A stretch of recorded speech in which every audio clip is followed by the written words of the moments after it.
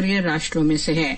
उन्होंने कहा कि भारत की ऊर्जा योजनाएं ऊर्जा के अनुकूल हैं और वे सतत लक्ष्यों की प्राप्ति के लिए वैश्विक प्रतिबद्धताओं को पूरा करती हैं। India believes that access to energy must be affordable and reliable. That is when socio-economic transformation can take place. We view the energy sector as one that empowers people and furthers ease of living. उन्होंने कहा कि भारत घरेलू उड्डयन के मामले में सबसे तेजी से उभरने वाली तथा विश्व का तीसरा सबसे बड़ा बाजार है। India is the third largest and the fastest growing aviation market in terms of domestic aviation. Indian carriers are projected to increase their fleet size from 600 to 1200 by 2024. Bharat और अमेरिका के बीच कल होने वाली 2+2 मंत्री स्तरीय बैठक से पहले नई दिल्ली में आज रक्षा मंत्री राजनाथ सिंह ने अमेरिकी रक्षा मंत्री मार्क एस्पर के साथ मुलाकात की। रक्षा मंत्री ने एक ट्वीट में कहा कि उनकी आज की बातचीत लाभदायक रही और इसका उद्देश्य दोनों देशों के बीच रक्षा क्षेत्र में सहयोग बढ़ाना था। उन्होंने कहा कि आज की बातचीत से भारत अमेरिका रक्षा संबंधों और आपसी सहयोग को नई ऊर्जा मिलेगी। विदेश मंत्री डॉक्टर सुब्रमण्यम जयशंकर आज नई दिल्ली में अमेरिका के विदेश मंत्री माइक पॉम्पियो के साथ बैठक करेंगे। अमेरिकी विदेश मंत्री माइक पॉम्पियो और रक्षा मंत्री मार्क एस्पर 2 दिन की भारत यात्रा पर आज दोपहर नई दिल्ली पहुंचे। श्री राजनाथ सिंह और डॉक्टर जयशंकर उनके सम्मान में रात्रि भोज भी देंगे। भारत और अमेरिका के बीच कल होने वाली तीसरी वार्षिक मंत्रिस्तरीय 2+2 वार्ता दोनों ही देशों के बीच व्यापक वैश्विक रणनीति और साझेदारी को आगे बढ़ाने के लिए परस्पर सहयोग तथा और मजबूत करने पर केंद्रित रहेगी। दोनों ही देश हिंद प्रशांत क्षेत्र और विश्व में स्थिरता और समृद्धि को बढ़ावा देने के लिए अपनी प्रतिबद्धता पर भी विचार साझा करेंगे। हाल ही के वर्षों में ऊर्जा, विमानन, विज्ञान, अंतरिक्ष, रक्षा बुनियादी ढांचे और स्वास्थ्य सहित अन्य कई विषयों पर भारत और अमेरिका के बीच भागीदारी और सहयोग के नए करार हुए हैं। श्री पॉम्पियो और श्री एस्पर 2+2 मंत्री स्तरीय बैठक के बाद कल दोपहर प्रधानमंत्री नरेंद्र मोदी से भी मुलाकात करेंगे। केंद्र शासित प्रदेश लद्दाख में लेह स्थित लद्दाख स्वायत्त पर्वतीय विकास परिषद के छठे आम चुनाव में भारतीय जनता पार्टी ने नुब्रा क्षेत्र में शानदार जीत हासिल की है। अब तक घोषित 15 परिणामों में से भाजपा ने 11 सीटों पर जीत दर्ज की। 2 सीटों पर कांग्रेस और 2 अन्य सीटों पर निर्दलीय उम्मीदवार जीतने में सफल रहे। भाजपा के उम्मीदवार नुब्रा क्षेत्र में दिस्कित, तुर्तुक, तेगर, पानामिक और हुंदार निर्वाचन क्षेत्रों से विजयी घोषित हुए। इसके अलावा भाजपा को तांगत्से, कोरजोक, मार्सेलोंग, क्यूंगयाम और थिक्से में भी जीत हासिल हुई है। कांग्रेस के उम्मीदवार ईगू और सक्ती निर्वाचन क्षेत्रों से विजयी हुए हैं। निर्दलीय उम्मीदवार चुशुल और न्योमा सीट जीतने में सफल रहे। बिहार विधानसभा चुनाव के पहले चरण के लिए 16 जिलों की 71 सीटों पर प्रचार आज शाम समाप्त हो गया। यहां बुधवार को वोट डाले जाएंगे। इस चरण में कई सीटें नक्सली हिंसा से प्रभावित हैं और सुरक्षा की दृष्टि से संवेदनशील हैं। इस चरण में 2 करोड़ 14 लाख मतदाता 1066 उम्मीदवारों के भाग्य का फैसला करेंगे। एनडीए गठबंधन में शामिल भारतीय जनता पार्टी 29 सीटों पर, जनता दल यू 35, हिन्दुस्तान अवाम मोर्चा 6 सीटों पर चुनाव लड़ रहा है, जबकि विकासशील इंसान पार्टी का एक उम्मीदवार मैदान में है। महागठबंधन में शामिल पार्टियों में राष्ट्रीय जनता दल के 42 उम्मीदवार जबकि कांग्रेस के 21 प्रत्याशी चुनाव मैदान में हैं। महागठबंधन के अन्य दलों में भारतीय कम्युनिस्ट पार्टी और मार्क्सवादी लेनिनवादी माले के 8 उम्मीदवार चुनाव लड़ रहे हैं।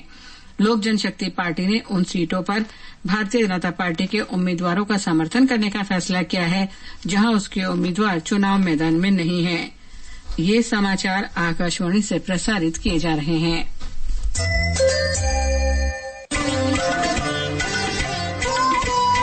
कोविड-19 से बचाव और सुरक्षित रहने के 3 उपाय। मास्क लगाएं, 2 गज दूरी है जरूरी, सुरक्षित दूरी रखें, हाथ और मुंह साफ रखें।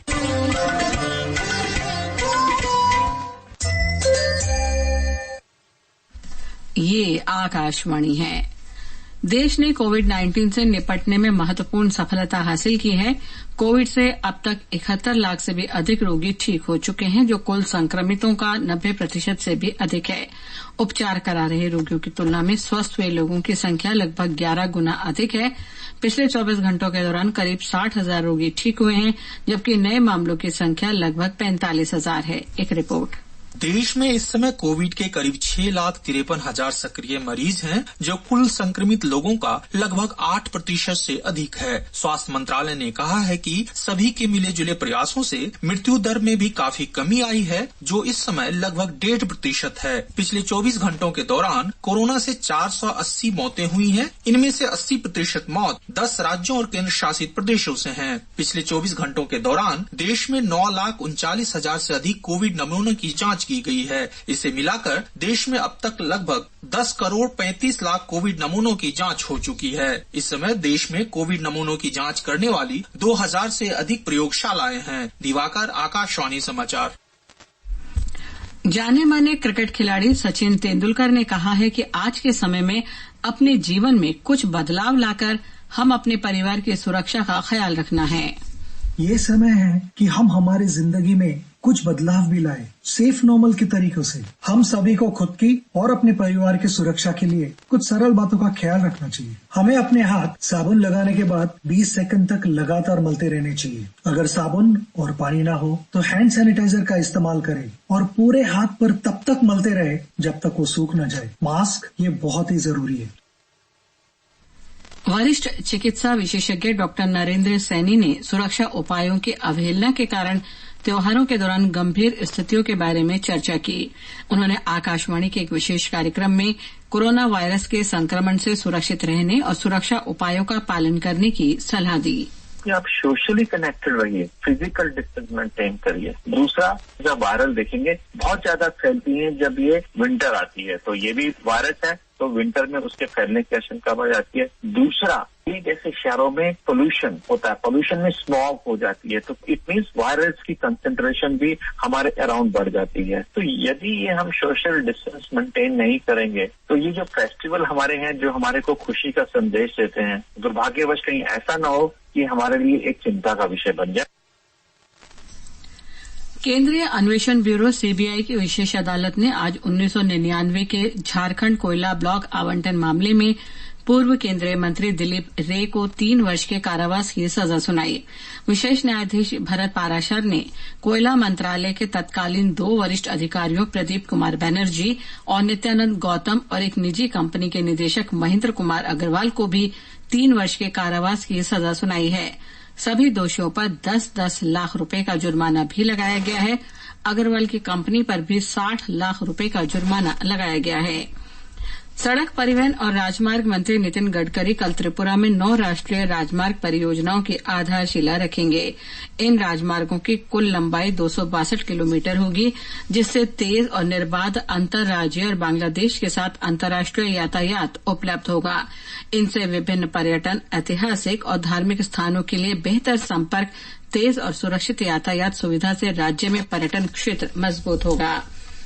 आईपीएल क्रिकेट में अब से कुछ देर बाद शारजाह में किंग्स 11 पंजाब और कोलकाता नाइट राइडर्स के बीच मुकाबला होगा। पंजाब ने टॉस जीतकर पहले गेंदबाजी का फैसला किया है। इसके साथ ही ये समाचार बुलेटिन समाप्त हुआ। ये विविध भारती है, देश की सुरीली धड़कन। जयमाला कार्यक्रम आप सुनेंगे बस थोड़ी ही देर में।